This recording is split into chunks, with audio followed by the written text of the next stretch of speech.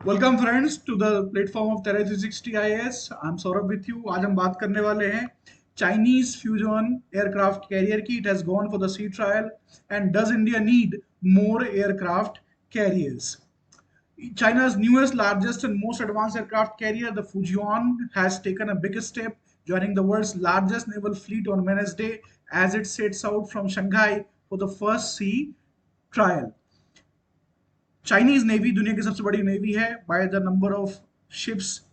Volume wise आज भी America की नेवी दुनिया की सबसे बड़ी नेवी है, लेकिन China is simply building a navy which at a rate which is unseen since the 1930s, जब जर्मनी, नाजी जर्मनी ने अपना नेवल फोर्सेस, अपना मिलिट्री बिल्डअप किया था। ये जो वॉरशिप है ये 2022 में लॉन्च हुई। इसके mooring trials, outfitting work, equipment adjustment जो है, इनके ऊपर काम चल रहा था और लेटेस्ट सी ट्रायल्स में ये चला गया है। डिप्लेसमेंट इसका 80,000 मेट्रिक टन है। The Fujian dwarfs the older plan, that is People's Liberation Army Navy's aircraft carriers, that is 66,000 ton Shandong and 60,000 ton Liaoning. केवल यूनाइटेड स्टेट्स नेवी है जो दुनिया में बड़े एयरक्राफ्ट कैरियर्स ऑपरेट करती है, बिगर देन द फुजियान। उनका जो निमिट्ज क्लास एयरक्राफ्ट कैरियर है that is bigger than this particular aircraft carrier. उनका जो डिस्प्लेसमेंट है वो 1 लाख टन से भी ज्यादा होता है। पीपल लिबरेशन आर्मी के पास सफिशिएंट रिसोर्सेज हैं कि वो 5 एयरक्राफ्ट कैरियर बाय 2031 तक बिल्ड कर सकते हैं और ऑपरेट कर सकते हैं। So this has presented a unique challenge for India and Indian navy, how to defend against Chinese navy in the Indian ocean region, जो कि हमारा नेचुरल होम बेस है। एयरक्राफ्ट कैरियर्स जो होते हैं ये largest warships built ever built and serve as the centre piece of a naval fleet. Naval fleet के ये प्राइड होते हैं। फॉर एग्जांपल आईएनएस विक्रमादित्य, हमारी जो वेस्टर्न नेवल फ्लीट है, जो अरेबियन ओशन को देखती है, जिसे इंडियन नौसेना की तलवार भी कहा जाता है, उसका एक सेंटर पीस है। They are designed to project air power over a large area. These are mobile platforms. इसको आप इमेजिन करिए कि कोई एयरक्राफ्ट फील्ड है, एयरफील्ड है किसी इंडियन एयरफोर्स की, जो कि कंटिन्यूसली मूव कर रही है। सो इसका जो पूरा पर्पस है, mostly they carry aircrafts on their board. So 80 से 100 अगर बड़े एयरक्राफ्ट कैरियर, तो उससे भी ज्यादा डिफरेंट वैरायटी ऑफ प्लेटफॉर्म से कैरी करते हैं। इनके पास लॉन्चिंग और रिकवरिंग, एयरक्राफ्ट को लॉन्च करने और रिकवर करने की भी फैसिलिटीज होती हैं। These are floating air bases, और ये नेशन की जो एयर पावर है उसको रैपिडली और flexibly across the globe deploy कर सकते हैं। Advance command control, radar, communication equipment ये कैरी करते हैं। डिफेंसिव आर्मामेंट भी कैरी करते हैं to protect themselves against missiles and aircrafts. They play a very central role in modern naval warfare for power projection. Power projection capabilities इससे बहुत ज्यादा बढ़ जाती हैं। Sea control and humanitarian mission. So naval जो vocabulary है उसमें C control का मतलब होता है जो सरफेस ऑफ द सी है उसको कंट्रोल करना। There is one element of sea denial, जिसमें आपके अंडर वाटर प्लेटफॉर्म जैसे सबमरीन्स होते हैं, वो सामने जो आपका एडवर्सरी है, एनिमी है, उसको सी का यूज करने के लिए, कमर्शियल मिलिट्री यूज के करने से रोकती है। सी कंट्रोल में आप कंप्लीटली कंट्रोल करते हैं सी को कि कौन से शिप्स कमर्शियल या मिलिट्री ऑपरेट कर रही हैं। वर्सेटाइल एसेट्स होते हैं इनके पास ऑपरेशंस के लिए, combat missions, disaster relief, peace making efforts. So एक बहुत ही इंपॉर्टेंट ये एक असेट होता है किसी भी मॉडर्न नेवी के लिए। नेवी अगर ब्लू वाटर नेवी आपको बनाना है, that is a navy which is capable of operating far from your shores, आपके जो शोर्स हैं उनसे फार डिस्टेंस में ऑपरेट कर सकती है, हाई सीज में ऑपरेट कर सकती है, तो उसे हम ब्लू वाटर नेवी कहते हैं। तो उसके लिए एयरक्राफ्ट कैरियर का होना बहुत ज्यादा जरूरी है। इंडिया के पास अभी 2 एयरक्राफ्ट कैरियर्स हैं, आईएनएस विक्रमादित्य जो हमने रशिया से लिया था, और आईएनएस विक्रांत जो कोचीन शिपयार्ड ने बना के दिया है। तीसरा एयरक्राफ्ट कैरियर लाने की बात इंडियन नेवी कर रही है, जिसे हम कह रहे हैं IAC-2, indigenous aircraft carrier 2। IAC-1 was एक विक्रांत जिसको 2013 में लॉन्च किया गया, 2022 में उसको कमीशन किया गया है। हमारे पास 7500 से ज्यादा किलोमीटर से बड़ी कोस्ट लाइन है and we operate hundreds of kilometres away from the shores on the high seas. इससे कैपेबिलिटी इंडियन नेवी की बढ़ती है, making its a true blue water navy. Remember 90% से ज्यादा इंडिया का जो ट्रेड है वॉल्यूम ये सी बोर्न होता है। जो भी आप एक्सपोर्ट इंपोर्ट करते हैं गुड्स का, चाहे वो ऑयल हो या बाकी मर्चेंटाइज हो, वो सी से ही होते हैं। तो Indian navy needs to assert itself in the Indian ocean region, जो कि हमारे नाम पे है ocean. So that is also very important. और दूसरा, this is our natural area, this is our natural home turf. India strategic जो interest है वो भी डिपेंड करते हैं on several countries dotting the shipping lanes, be it strait of Malacca, Hormuz, Bab el Mandeb and the South China C. South China सी भी हमारे लिए बहुत इंपॉर्टेंट है क्योंकि एक्सटेंडेड नेबरहुड का ये हिस्सा है। अभी इंडिया की ईस्टर्न नेवल कमांड ने 3 वॉरशिप्स डिप्लॉय किए हैं साउथ चाइना सी के अंदर। इंडियन नेवी का जो मैरीटाइम कैपेबिलिटी पर्सपेक्टिव प्लान है जो 2022 में रिलीज हुआ था, इसमें भी बात की गई थी कि 3 एयरक्राफ्ट कैरियर्स होंगे और 3 कैरियर फोर्स स्ट्रक्चर बनाया जाएगा। अगर हम मैप को देखें इंडियन नेवी के पॉइंट ऑफ व्यू से, so we are by default a maritime country. No matter how much North India के लोग सोचे कि हम एक कॉन्टिनेंटल कंट्री है, लेकिन इंडिया एक मैरीटाइम कंट्री है। इट्स एन आइलैंड, इसलिए इसको जम्बू द्वीप भी कहा जाता है। It's an island basically covered by seas across the domain. 3 side से सी से ये घिरा हुआ है। तो इसमें आप देख सकते हैं कि इंडियन ओशन रीजन कितना बड़ा है। पंडित जवाहरलाल नेहरू जो भारत के प्रथम प्रधानमंत्री थे, उनका भी एक वक्तव्य था कि बाबल मंदब जो कि यहाँ पे लोकेटेड है, या स्टेट ऑफ हॉर्मुज, ये जो पूरी बेल्ट है यहाँ से लेके स्टेट ऑफ मलक्का, ये इंडियन इंडियन एरिया या हमारा यहाँ पे कंट्रोल होना चाहिए। ये इंडियन नेवी इतनी कैपेबल होनी चाहिए कि they can simply control the entire area from strait of Hormuz to strait of Malacca.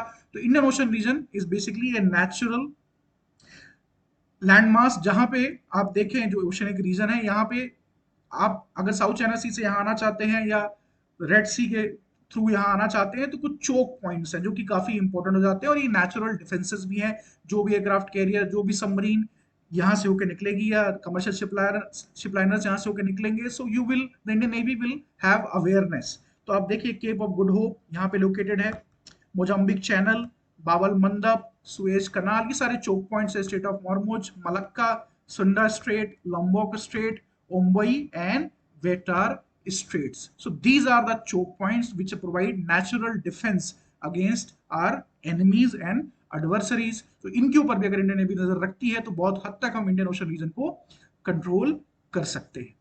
तो ये सारे जो चोक पॉइंट्स हैं इंडियन ओशन रीजन में, ये बहुत ही इंपॉर्टेंट होते हैं। Without aircraft carriers, without large fleet, आप इनको जरूरत पड़ने पर चोक नहीं कर सकते, चाहे वो लॉम्बोक स्ट्रेट हो, सुंदर स्ट्रेट हो, मलक्का हो जो कि हमारे ईस्ट में लोकेटेड है, या फिर जो हमारे वेस्ट में लोकेटेड है, Cape of Good Hope, Mozambique, Bab el Mandeb, Suez canal and strait of Hormuz.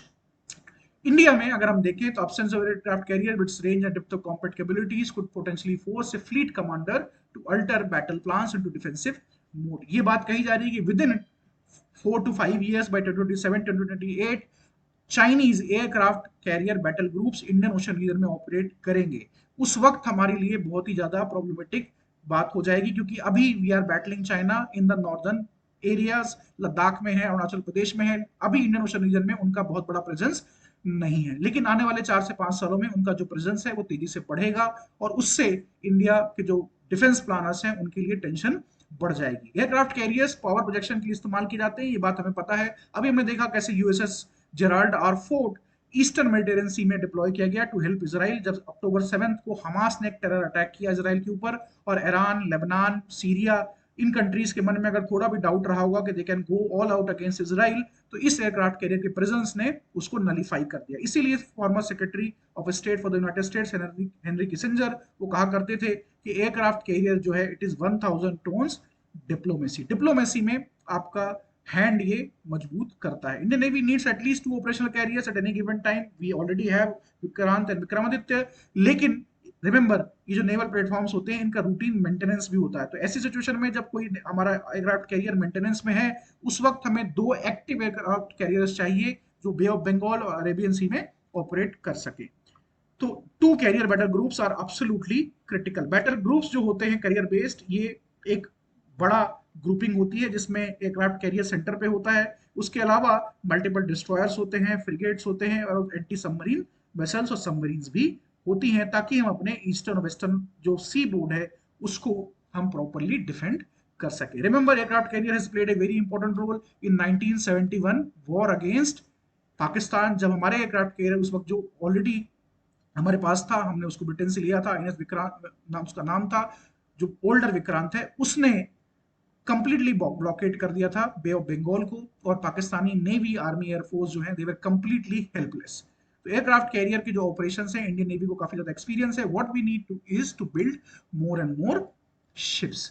आगे हम क्या देख रहे हैं, बजटरी और टेक्नोलॉजिकल लिमिटेशंस है इंडिया के पास। अब ये जो चाइना ने एयरक्राफ्ट कैरियर लॉन्च किया है, ये इलेक्ट्रोमैग्नेटिक कैटापुल्ट बेस्ड है, कैटापुल्ट बेस्ड है,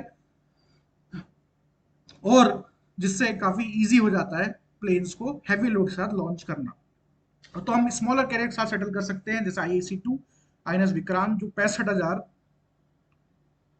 तक कहा जा रहा है कि टोनेज उसका सॉरी। इंडियन आइलैंड चेन जो है they acting as a natural defence, natural aircraft carriers, जैसे हम बंगाल में अंडमान जो हमारे आइलैंड्स हैं, they can act as a natural aircraft carriers where we can place bigger aircraft.